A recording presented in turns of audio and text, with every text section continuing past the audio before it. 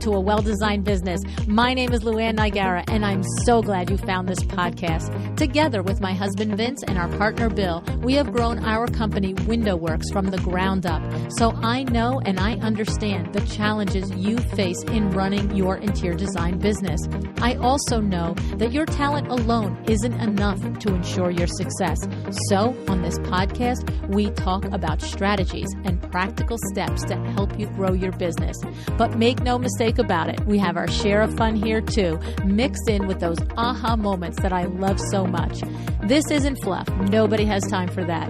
Whether you are a new interior designer or a seasoned designer, I am here to help you create and to manage the kind of interior design firm that you dream of. It's straight talk and it's action. Are you ready? Let's get started. Hi, welcome to A Well-Designed Business. I am very happy to tell you that Megan Molten is back with us today. That's right. Now, before we get to the conversation, I want to remind you that early bird registration is open for LU University, summer semester 2021, right? We have 8 different classes there for you. I get emails all the time from you telling me the things that are the most challenging parts to running your business. Well, that's how we come up with the courses, right? So we want to help you address these things. And I want to remind you, whether you went to formal interior design school or you're like today's guest, maybe Megan Molten, who did not go to design school, the truth is it's the business training, the back end operations that will make or break your business. All right. Your success is so intricately tied to your ability to run an efficient, systemized, process-driven, profit-making business.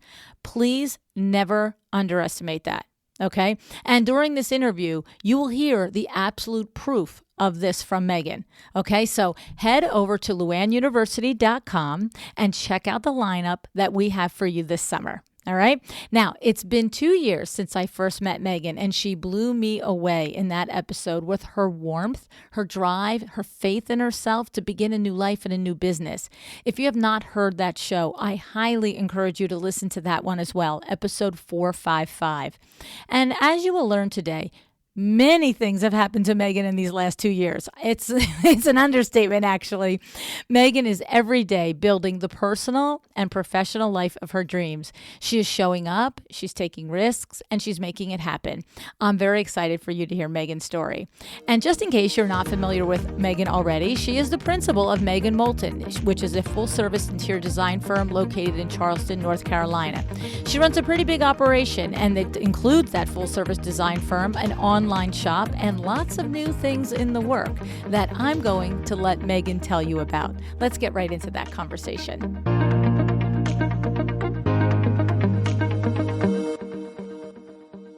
Hi, Megan. Thanks so much for coming back to A Well-Designed Business. Hi, LuAnn. I'm so excited to be back on the show. I have to tell you, I am smiling ear to ear because, first of all, I was just really looking forward to this interview because you really impressed me in our first interview back in 2019, and that episode number and the link to it will be in our show notes. And I remember 2 specific things about that episode, and I remember 3 specific things. Okay, now I remembered 4. So the first specific thing I remembered is I really, really liked you, that I just felt an instant connection and I really liked you. That was number 1. Number 2 was that I remembered that you were fairly new in business and that you were just getting serious about launching an e-commerce site. And so I was curious. Mm-hmm. I remember, so that leads me to the third thing I remember, which was I remember saying, I want to give it a couple of years, but I want to have you back to see how that works out because it was sort of a new venture. So we didn't have a lot of, data on it and if it was going to work. Right. And then the fourth thing I remember is that we interviewed in July of 2019. I don't know the air date, but I remember you're saying to me that your goal for business that year, gross revenue was $800K. So I said, you know what? It's time. It's 2 years. Let's see what is happening. So tell me, first of all, did you reach that revenue goal and that would have been like what your first full year in business, 2019, or your second full year in business?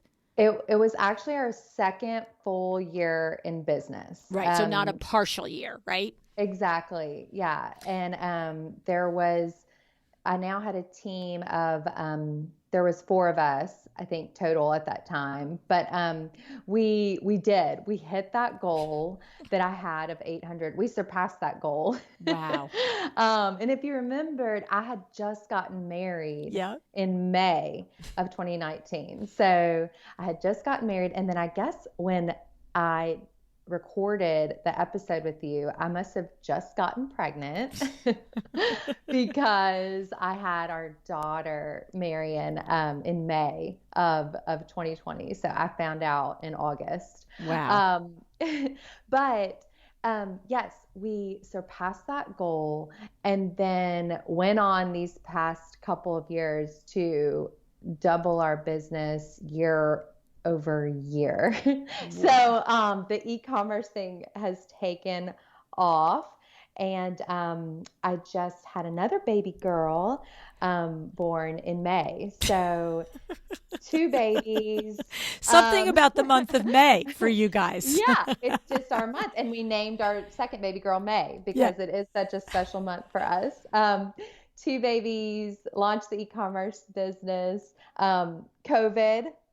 But little did I know it was perfect timing to have an e-commerce business during that time. So a lot has happened over these past couple years. So I am excited to be back. First of all, I really just have to take a moment and breathe on that. Okay. Like seriously, Yeah. every single person listening who is A, married and remembers their first year of marriage, and B, has had even one or two children or someone else's children live in their home, right? Whether we might be a step parent or whatever.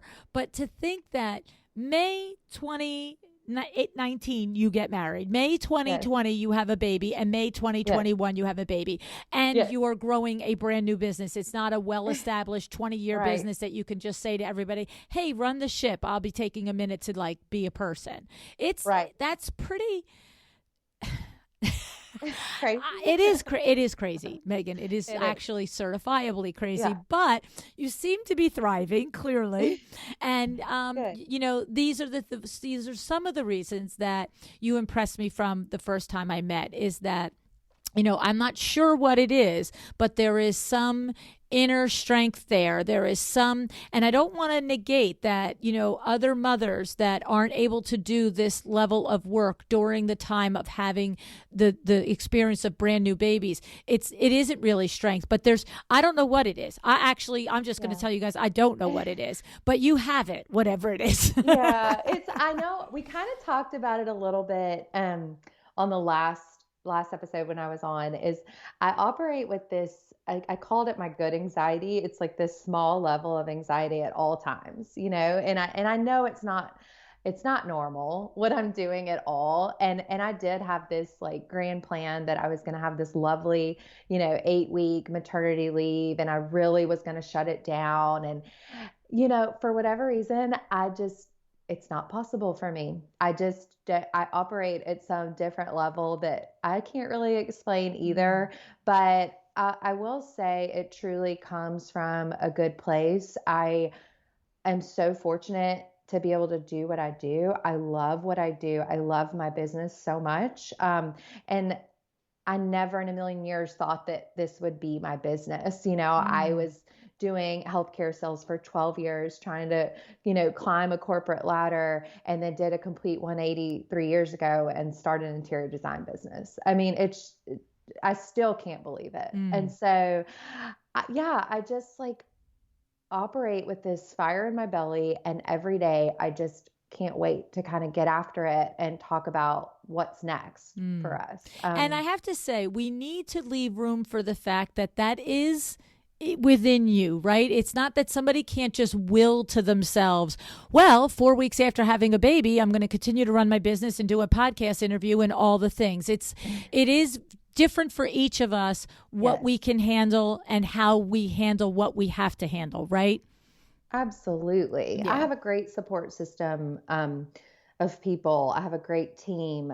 My husband recently joined our business as our CEO, and he has the baby with him right now at the office. So like we just operate like this is our normal, and I know that's not everyone's normal, but it's ours right now, and we're very grateful that we get to do this together and for the best for our family. Mm-hmm. Okay, so thanks for sharing all of that with us, and it gives us a little glimpse to what your, waking hours must be like. I can't even fathom it. But moving on. So you not only surpassed the 800K goal, but in 2020 you double what you did in 2019, Yes, and 2021 you're projecting to double again. And that's my goal. yeah, okay. And Yes. so when we first met you, you had been dabbling in e-commerce for about a year, but you were just in around that time doubling down and getting serious about it Yes. and really intentionally running it as a business. Now, you just mentioned there, of course, COVID, happens to be a very positive thing for an e-commerce business, but you still have to be running a well-run business in order to manage, because one of the things that we are all experiencing in the design industry is an unusual level of demand, and it is hard. I've said it. I Right. actually think managing this level of demand in many respects is much harder than navigating the recessions that I've been through in my business career. Right. And so tell us a little bit about some of the hindsight lessons of starting your e-commerce site that you said these were things we did really good. This is something I had to switch and make a move on. Walk us through a little bit of it. hmm Sure. So in June of 2019, that's when I hired our e-commerce manager. That was the best decision I ever made. Myself and one of our other designers, we were running the e-commerce business ourselves. And just to back up even a step further, the whole reason we started the e-commerce business is because we have a large social media presence. And on Instagram, we would post pictures of spaces that we designed. And we always finish our spaces heavily styled with accessories and artwork and pillows. And, you know, people were always asking us, where is that from? Mm. And it kind of just felt natural that we start, offering these accessories, artwork, pillows, on a shop. And we had them in a storage unit. We launched a Shopify site that we made ourselves. I mean, it was very much grassroots approach to this. Like, we really didn't know what we were doing, but we knew that people wanted the product. So it felt very organic to me, like the next steps for us.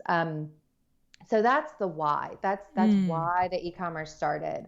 So I would say that's probably very important too, to know if you want to do an e-commerce business, why are you doing it? And to me, it just felt very natural that those customers out there that maybe couldn't hire us to design their homes right now, they could still get a piece of Megan Molten, and they could do that through our e-commerce site.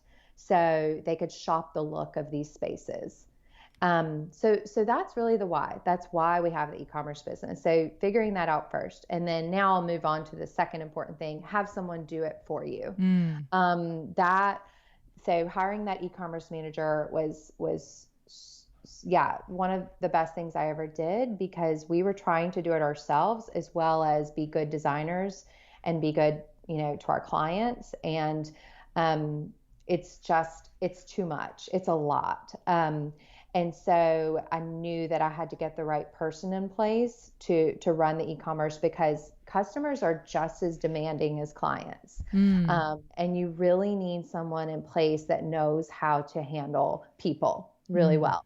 And she comes from years and years of an e-commerce background. Luckily, I found her, and she's just been amazing. And she handles people really, really well. And she treats people exactly the same as I would. And that was Mm. something really important in the beginning, is that, the customer is always right. And, I want everyone to be treated with the most utmost respect possible, even if, we're not really in the wrong. Yeah. We are, Right. because Right. I in the end, I want them to be happy, just like we want our clients to be happy at the end of the day. So she was so important to bring on to the team, to handle those customers and to really start running the shop for me. And then it became evident very quickly that she couldn't do it alone. So bringing on the people to help her, which we kind of have always had a demand, and I know other designers probably have this as well, for interns. Interns, we have a college here. They're always looking for internships, whether it be for school or, to get recommendation letters for jobs. And so our intern program has been amazing, to help with the shop. And we've brought on interns to help. And then several of our interns have actually turned into hires. We now have three interns that are now employees. Wow. So I would say that's something else I would suggest is, interns are wonderful, help for e-commerce businesses, and helping pack orders and ship orders and inventory and stock product and all of that. They've been amazing, and now they're part of our team because they did such a great job and needed jobs after college. So that's something else I would suggest. So let me ask you a couple of questions Yeah, about these different sure. points. Starting right there with the interns.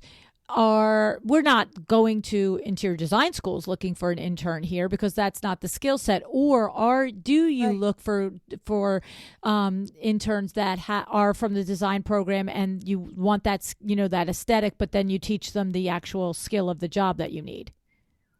No, we actually didn't go to the interior design Right. schools. We just posted. We usually post the positions coming up either for summer, spring, or fall, on our social media, and then we have them email us over their resumes, and we typically do some interviews, find good fits for the positions, and really go off of that. I'm not professionally trained. I do have two designers on my team that are, and that is very important for your interior design business. But um, for younger college students that are just looking to get experience and are interested in e-com or interested in design, they've been wonderful fits, Mm. for the job for sure. Okay, right, because it's not really an interior design skill that we're looking for there, right? That's what I would just to make sure that we're clear on. Okay, and then the other question I have is you when you talked about the why, that you were getting lots of requests through your social media for this.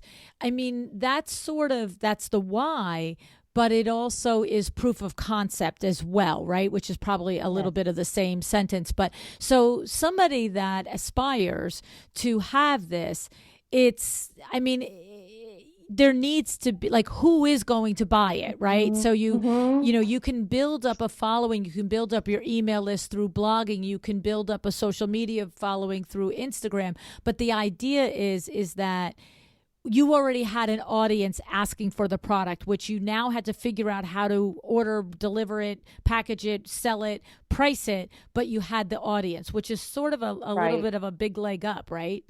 That's very true. And that's something, we talked about on my last episode as well, is that when I started this business, I was posting iPhone photos of my own home that I was decorating. I mean, I really didn't know what I was doing, but I was taking photos of it and I was putting it out there on social media, and people were responding. And that's really how my business got started. And I had this design aesthetic, this style that I didn't even know that I really had. You know Mm. what I mean? It Mm-hmm. was it was it was this bright, light, airy, coastal, clean look, with lots of soft colors incorporated and woven textures, and um, it's very much a style that is desired here in the Charleston area and now in a lot of areas. I mean, Mm-hmm. look at, Serena and Lily, right? I Right. mean, um, so I had this style that was very authentic and true to myself, that was within me that I was creating and didn't really realize this was something that a lot of people wanted. Yeah. Right.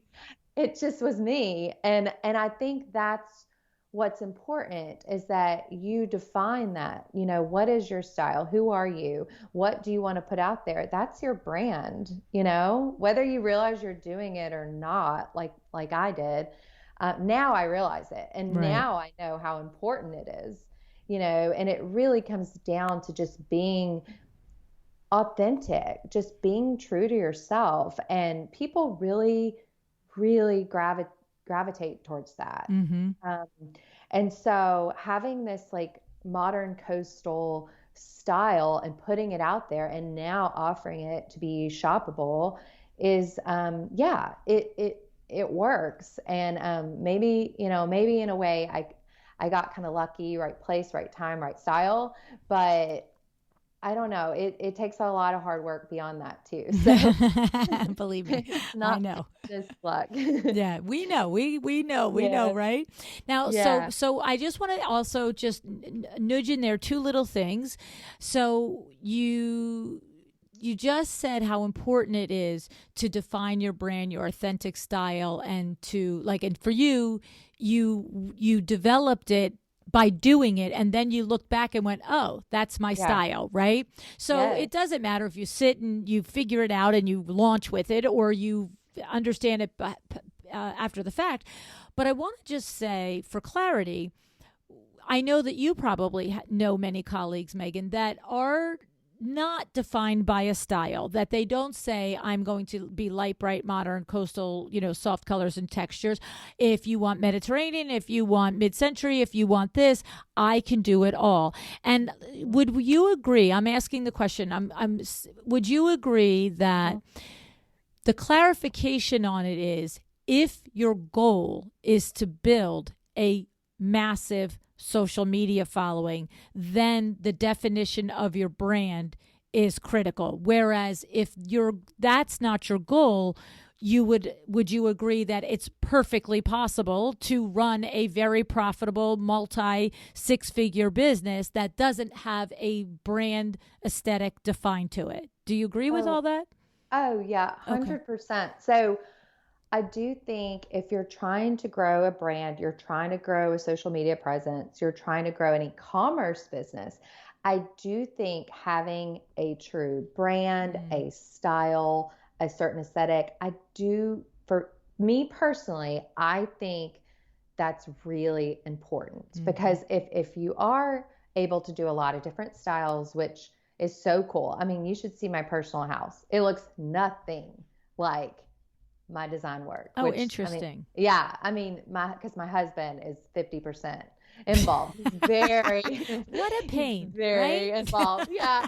Don't we love that as designers? And now I have that personally. But no, our house actually turned out really cool because it is Mhm. so unique, but it's so not my designs. Oh, interesting. So I get that.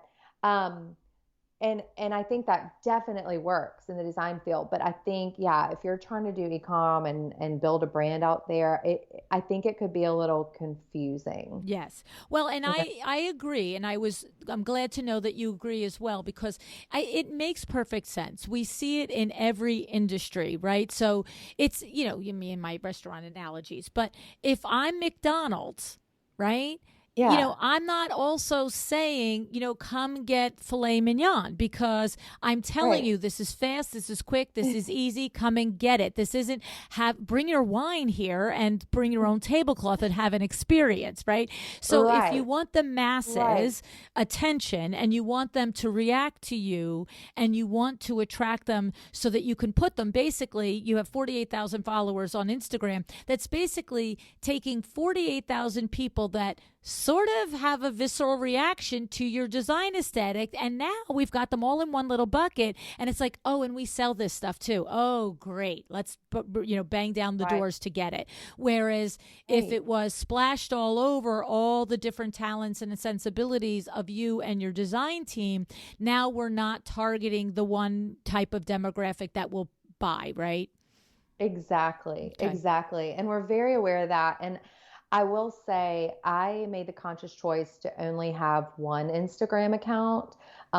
We don't have Megan Molten and then Megan Molten Shop. Mm. I was very clear from the beginning that it is all one, where we Mm. are one business. And like I said, our install photos of our completed spaces, that's what sells our products. Mm. That's what people want. They're trying to recreate this look that we are creating. And that kind of leads me to my next points. Photography is so important for an e-commerce business, Mm. which we were already doing the photography anyways of our completed spaces, and we're using the accessories in these spaces anyways. So when we finish an install and we do a photo shoot, we're making sure that we're getting product photos at that photo shoot as well. Okay, Um, makes sense. So yeah, you're photographing for your interior design the rooms, but then you're yeah. saying we're here. This product is going to be for sale. Let's do the real life photography for that as well. Yes, and a lot of people are confused by that because they think that we get asked this all the time on Instagram. They think that we take all of these accessories into the install and we're using them just to get photos for our shop, Mm. but that's not true. We've styled this entire home. These are the client's accessories that they purchased, and then we're just taking photos of them for our shop. So this is not staged for the shop. It's Mm. staged for this client's home to keep. So I think that's important for people to know that this really is our completed space. This is exactly how we're leaving it for the client. They're not styled shots. And so photography is so important, which a lot of designers are getting photographs of their completed spaces anyways after installation. So if you have the accessories and products there, you're going to get the photos of them Mm. for e-commerce. And we always include a stock photo of the product and then what we call lifestyle image of the product, because that's a question you'll get a lot is, I want to see what it looks like in a space. And Mm. scale is really hard for people to understand, online. So it's really nice to see that piece of driftwood that's 24 inches styled on a coffee table, and understand what that looks like. And, we're redoing our website right now, to include shop the look so that customers can click on an image of a styled coffee table and buy all the pieces, from that photograph. So they can buy the tray and the candle and the beads and the driftwood, exactly how it's styled on that table, because you know trying to recreate these looks at home is challenging for the average person who doesn't know how to style a coffee table, and they want that look. So we're now kind of revamping the site to make that a lot easier for our end customer. So that leads me to another question I had in there is, are you, I think we talked about it the first time as well, but at this point, this far into it, are you sourcing A, trade sources only, and B, if yes or no, and then or I would say it's funny because I was going to ask you, do you need to set up the client expectation, your actual client as opposed to customer? And I like that we're using that language. The client, the Mm-hmm. design client, is somebody that you have an Mm-hmm. ongoing relationship. The customer comes in and buys something from your shop and leaves. Okay, so Mm-hmm. on one hand, I was about to ask, do you need to set up the client expectation that their pictures are going to be public and there's going to be a shop the look, so don't Yes. get crazy pants? But on the other hand, Yes. they're probably most of them are coming from that same way. So they're like, Yes. what's that like? Yes. Okay. So that was actually my next Oh, point. okay. So this is perfect. So, um, be sure and include something in your contract. I'm sure a lot of designers do already if they're taking photographs of their client's home. Something, in regards to these photos are going to be, used on our website or social media. So we have a clause in our contract that states, how these photos are going to be used. That was someone else I found on your show is the attorney that put together my contract. Jamie? Hashtag legal. Yeah, Yes. Jamie is amazing. Amazing. So we did that. I highly recommend that. She, dotted every I, crossed every T. So that's in our contract. But also a point I wanted to make is that your design client is very different than your online customer, um, or at least ours is. And I Mm-hmm. think, understanding that is really important. So a lot of the products that I would love to put on our shop, I know that our shop customer is not going to, um, that's not the price point Mm. that they are comfortable with. So when we're creating the shop the look, definitely all of the accessories that we use are on the shop, but lighting, furniture, rugs, um, that was something that I had to learn. This wasn't the same customer and it's not the same price points. And Mm. I have been sourcing um, lower price point items that would allow our end customer to still achieve that look, but it's not the exact same product.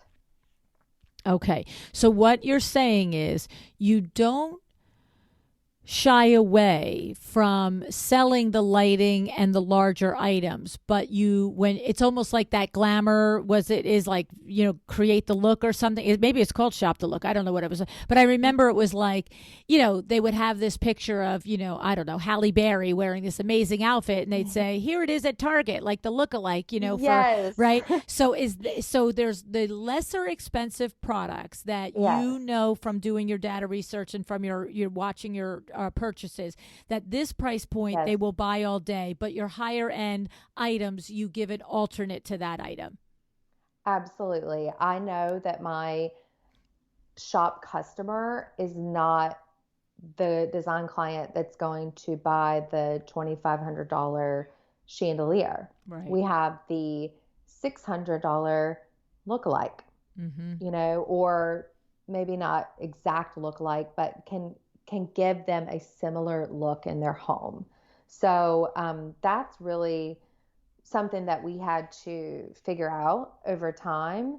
And I think you can set that up from the beginning, however you want it to be. We just found out pretty quickly what the average price point was, or the average order value was of our shop customer. And they like that they can come to our shop and buy affordable accessories, and we wanted to extend that into affordable artwork and pillows and lighting and everything else at a lower price point. And and that doesn't mean that it's not a quality product at all. It just means it's a lower price point than a high price point. Okay. So, two questions within that. So, it's still because I know you have a warehouse. So, Mhm. you're not for the lookalike products. You're not sending them to an affiliate link to buy it somewhere else that you then get 5 or 10%. You're still sourcing trade and they're ordering it through you through your warehouse?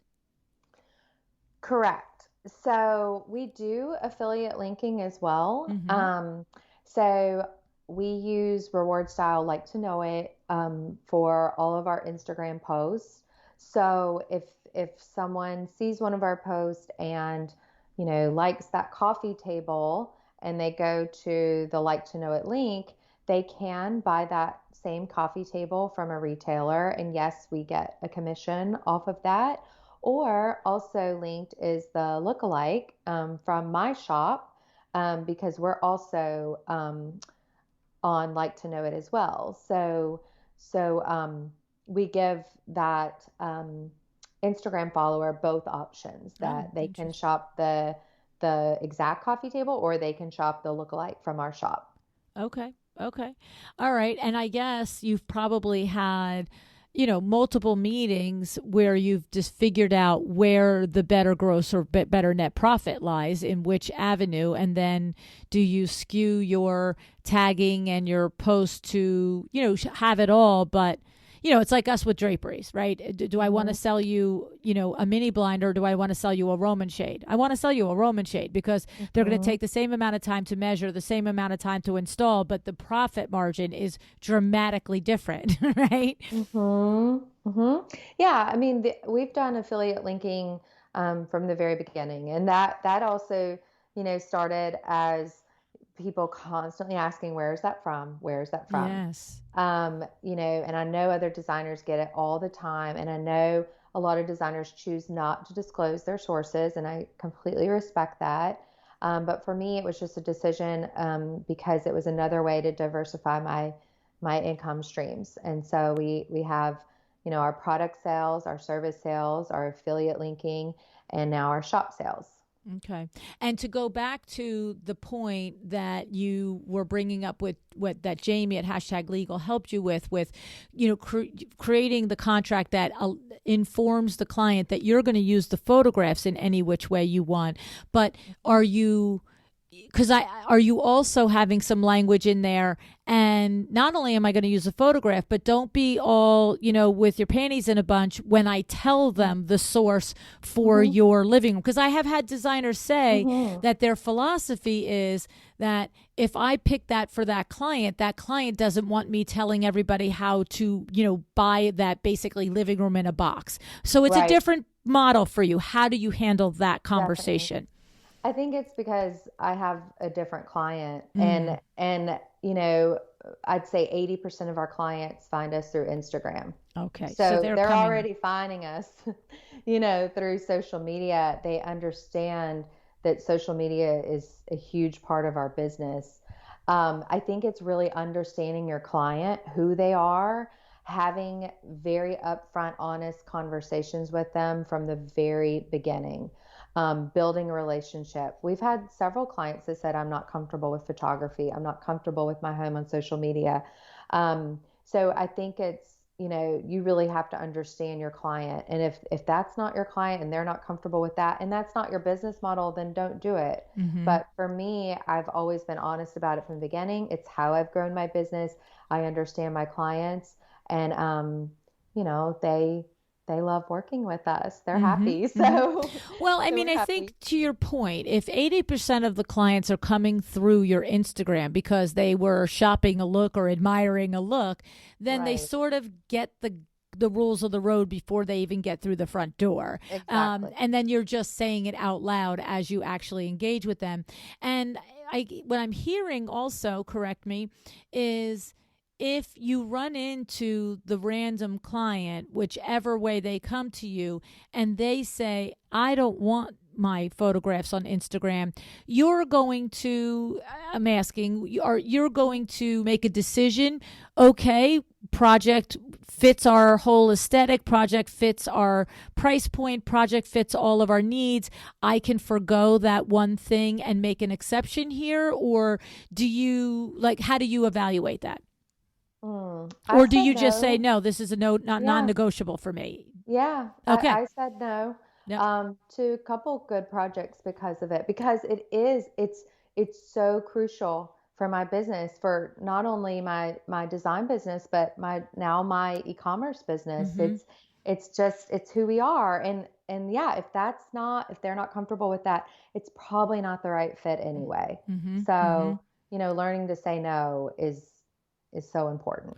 Well, you know what? I can hear it when you describe it that way, because here's the thing.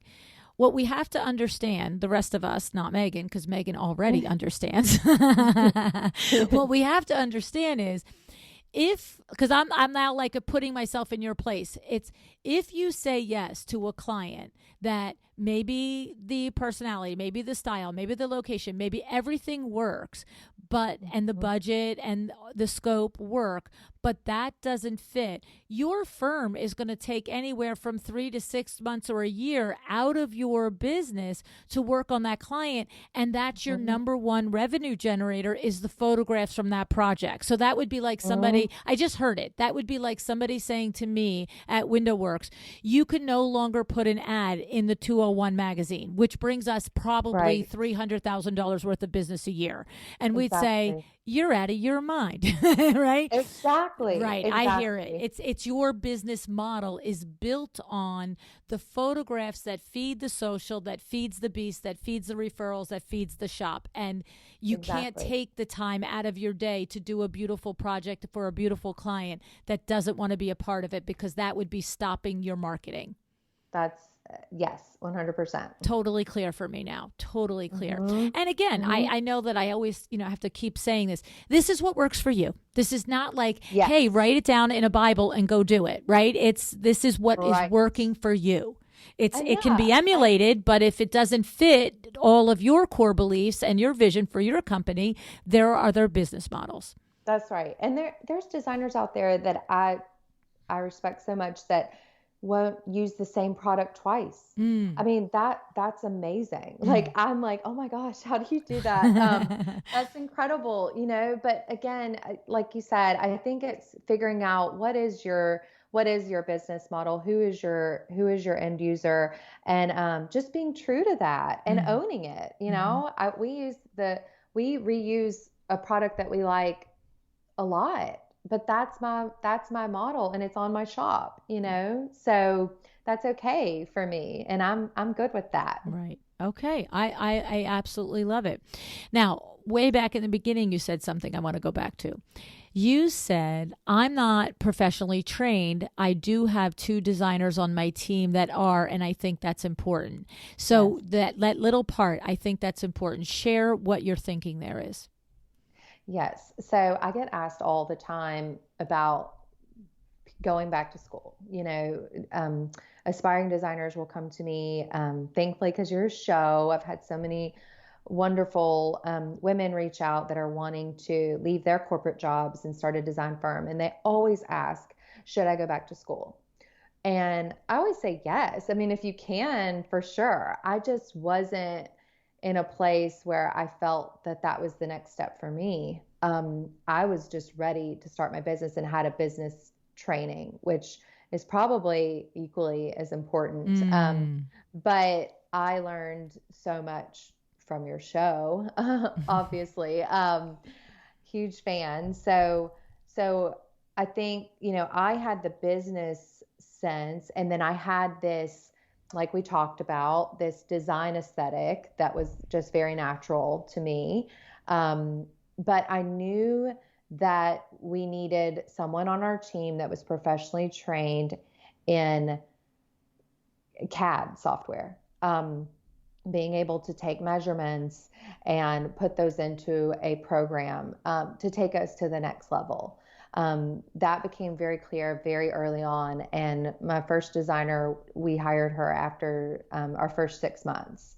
And because that is not something, and I still don't know how to do it. I didn't know how to do. And I think, really it's figuring out what is it that only you can do, right? So for me, it's coming up with the overall vision of the project.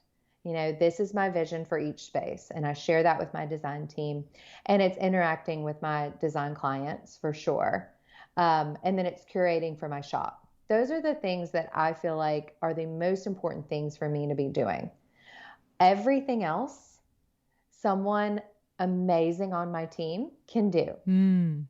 And so I think that's something for your design business and for an online shop is figuring that out. What is it only you can do? And then what can everyone else do for you?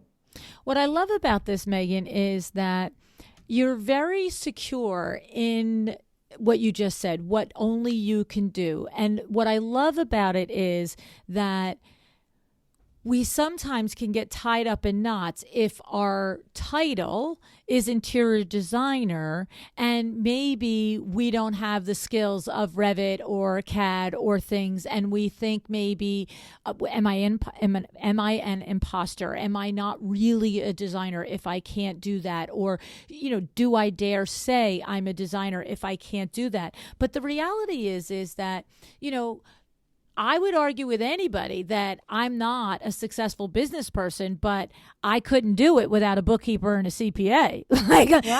Right? And so why do we think, right? So it's like owning that whatever your lane is and your superpower is just accept what it's not and make sure you hire a professional that has the same standards and delivers the same level of quality that you want delivered with your name on it, right? Absolutely. Yeah. And we are in a creative business, like we are creatives. Going to school definitely has its perks within our business, like understanding how to do CAD. I mean, absolutely.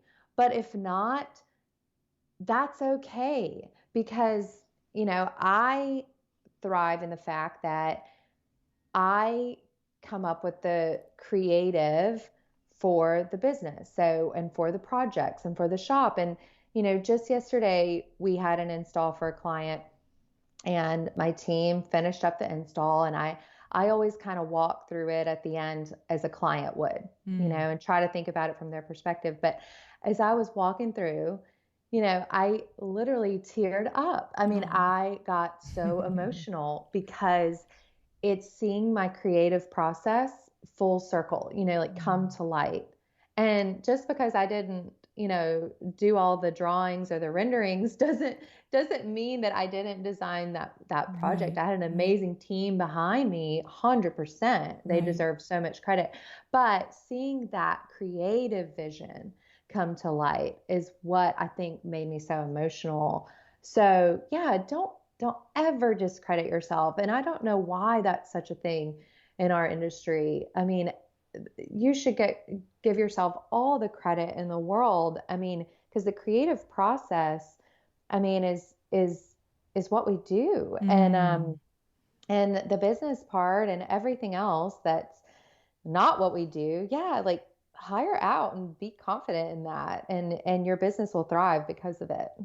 I love it. Well, like you said at another point during the conversation, simple coffee table styling to you guys is not the same to the people like me. It is not. It is not. It's like, well, move 16 times, move it in a circle, and it's like, what's it missing? I have no idea. Just throw something else on it. There's an art to it. There's an art to it for sure. There is. So yeah, give yourself more credit. So one of the last questions that I'd love to just get an insight on, Megan, is this. Now, look, you just said it again. You came from a business background. You came from 12 years in the business world. So it wasn't like you just popped out and you're running an empire. But the empire did sort of just like sprout out. The rest of us, we take our time and our years to our experience and our chops to sort of grow along with our gross revenue. Right. And so tell us a little bit about any insight on the actual showing up and being. Now, you said your husband's a CEO, so being whatever you are in your business, which is the visionary, the leader, the one that is, I guess, the puppet master. And one day it's in the design, and the other day it's in the e-commerce, the other day it's having practically twins.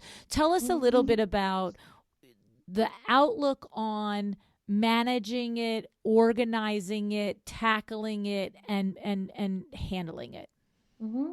Yeah, I mean, something that we talked about when we first spoke a couple years ago is taking risk. And I've and you acknowledged it, that the younger generation can be more of a risk taker in business, and some are more conservative, but I've always been the risk taker from the beginning with this business. Cause even starting it for me was a risk. I was doing a 180, leaving a very comfortable career, to start a business in a completely different industry at 35 years old. And get married and have babies at the same time. So, I like taking risk. I like the, like I said, kind of the little bit of anxiety that it puts in my belly in the morning to get up and go. So I think listening to your gut is so, so important. I mean, maybe whether you're a risk taker or not, always going with your gut. I mean, it's never really failed me. And I feel like whenever I have made mistakes, it's usually because I didn't listen to my gut. I think that's something that's really important. And then, like we talked about, only doing what you can do. I have two parents who own businesses and are entrepreneurs, and that was something, my dad, told me from the very beginning, and that was something that I took risk on, in the beginning is hiring quickly, where maybe the more conservative route would be, to kind of wait and bring on, one person a year. I knew that if I took the risk and made the investment in someone else, that was going to pay off.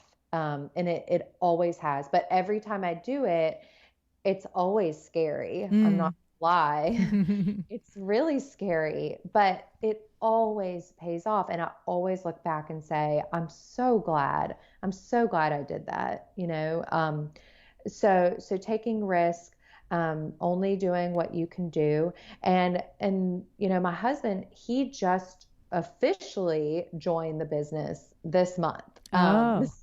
He has been unofficially helping me since, I started 3 years ago, and I have been begging him to come take over the business side for the past 3 years. And we officially made that official this month. He knew it was time. And after having our second baby together, like I said, we really decided that this was what was best for our family, him being a part of the family business, and just us having this, flexibility with the girls right now was really important.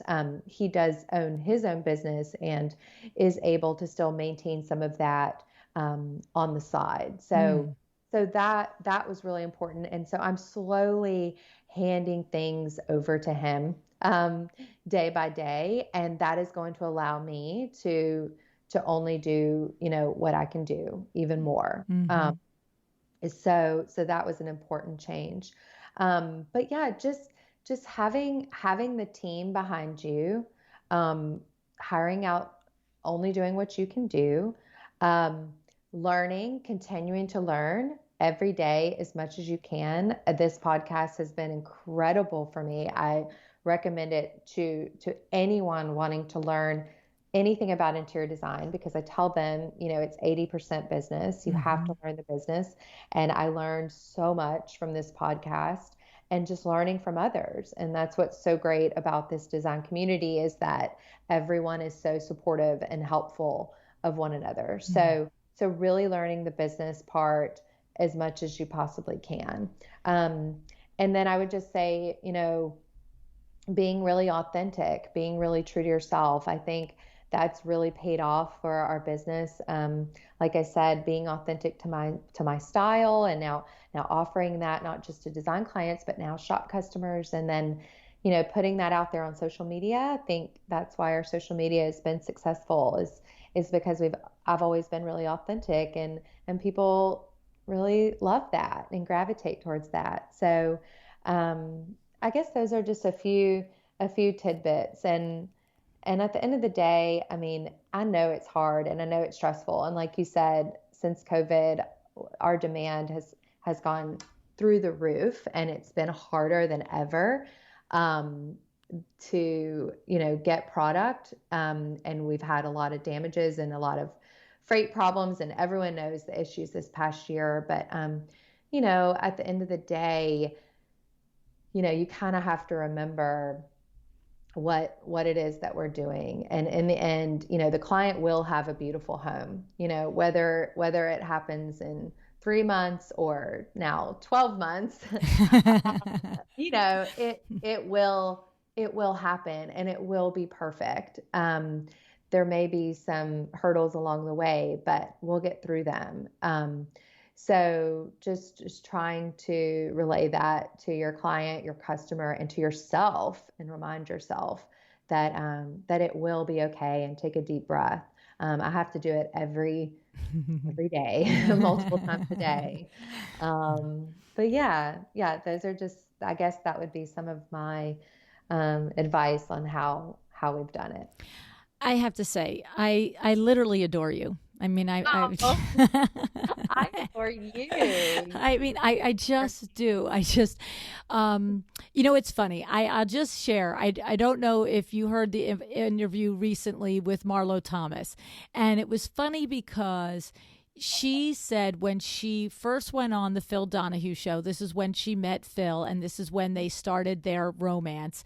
And she said, watching him do what he did on the show. She said she was the guest, but she said, there he was in the audience, and he was running with the microphone to one audience member, then taking a call from the outside the studio audience. And she said it was like a ballet that he was doing.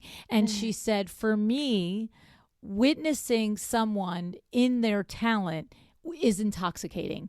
And she said, and it was just drawing me into him more and more.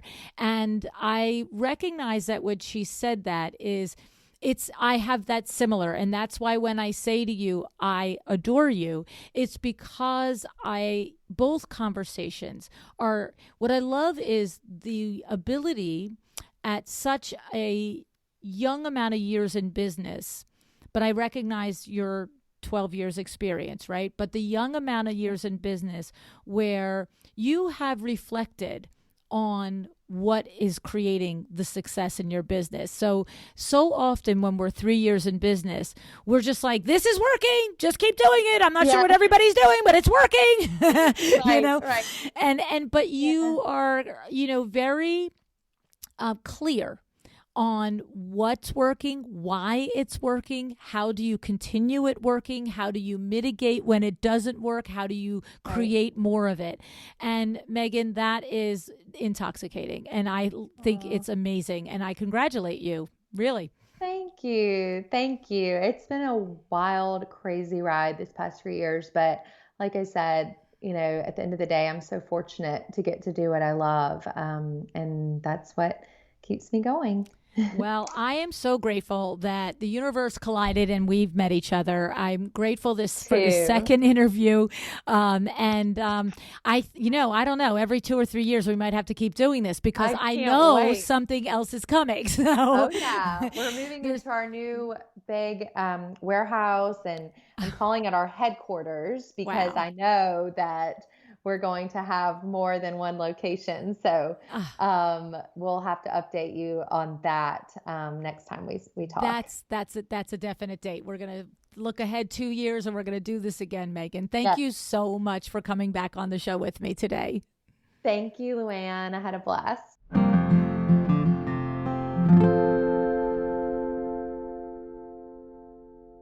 Impressive, right? And what is it? Why is Megan achieving such huge successes so quickly and so seemingly easily? Well, the first thing I have to say is I highly doubt it's been as easy as it might appear to us here listening or watching her on Instagram, right? What Megan has created takes a ton of dedication, sacrifice, hard decisions, and my guess, a few sleepless nights. This is what entrepreneurship is. It is a decision every day to look for the good, to focus, as she explained, on the why, and then to get up and deliver on what you told yourself you would do and what you told others you would do, right? So now, beyond that, what else is it about Megan? Because if it's just hard work, many of us are working hard, right? Well, I did think about this, and I think, in my opinion, where Megan shines as an entrepreneur is that she dreams something, she thinks about it, she reflects on it, she seeks advice, she then makes plans, and she acts, and she's ready for the outcome. In her mind, great if it's a good outcome. If it's not, then I see and hear that she's looking for the lesson and then she tries it again. Okay. Did you hear that in the conversation today too? I did. That's what I heard when in not only directly what she was saying, but sort of between the lines too, right? I heard that she isn't throwing ideas and money at the wall and hoping. Okay. I heard, just like in her first appearance, she explained to us how she started her design firm. She set her sights out on it. She works hard, smart, and typically, as witnessed so far, she actually surpasses the own expectations that she sets for her business and herself. I just love it. Okay. And I am literally imagining the great fun that we will have watching Megan over the years build this empire. Okay. And Megan and I are planning to check back every 2 years or so because I, for one, want to live vicariously through her successes. And I also want to continue to learn through her experiences and her reflections on those experiences. So, all right. Now, before we go, thank you so much to My Doma Studio for sponsoring the show today. When you want to organize your back end so your business can run smoothly and profitably like Megan's, make sure to check out My Doma Studio. Go to mydomastudio.com/a well-designed business. Time tracking, QuickBooks integration, invoicing, payment collections, vendor communications, mood board creation, package creation. This is just the tip of the iceberg of all the ways My Doma Studio can increase your productivity. mydomastudio.com/a well-designed business. And a big shout out and a huge thanks to Melina, Katya, and Tana. These three ladies are the three most recent listeners to leave an iTunes review. I tell you guys, I read them all. So thank you so much, ladies. I really appreciate the words that you wrote and just always know that I have deep gratitude whenever any of you takes your time out of your day to go over there because it's not so easy to leave a review. I've tried to do it for other shows. It's a little complicated. So I truly, truly appreciate it. Thank you. Okay, my friends, decide to be excellent. Thank you so much for joining me again today. This podcast is a production of WindowWorks, your resource for custom window treatments and awnings. To learn how we can help you on your next interior design project, go to www.windowworks-nj.com. And if you're interested in working with me on your business, either through masterminds or one-on-one coaching, or you want to know how to get my book, The Making of a Well-Designed Business, or you just want to know what's going on in the podcast land and where I'm going to be, all of that is found at LuAnn Nigara.com. Thank you so much. Have an excellent day.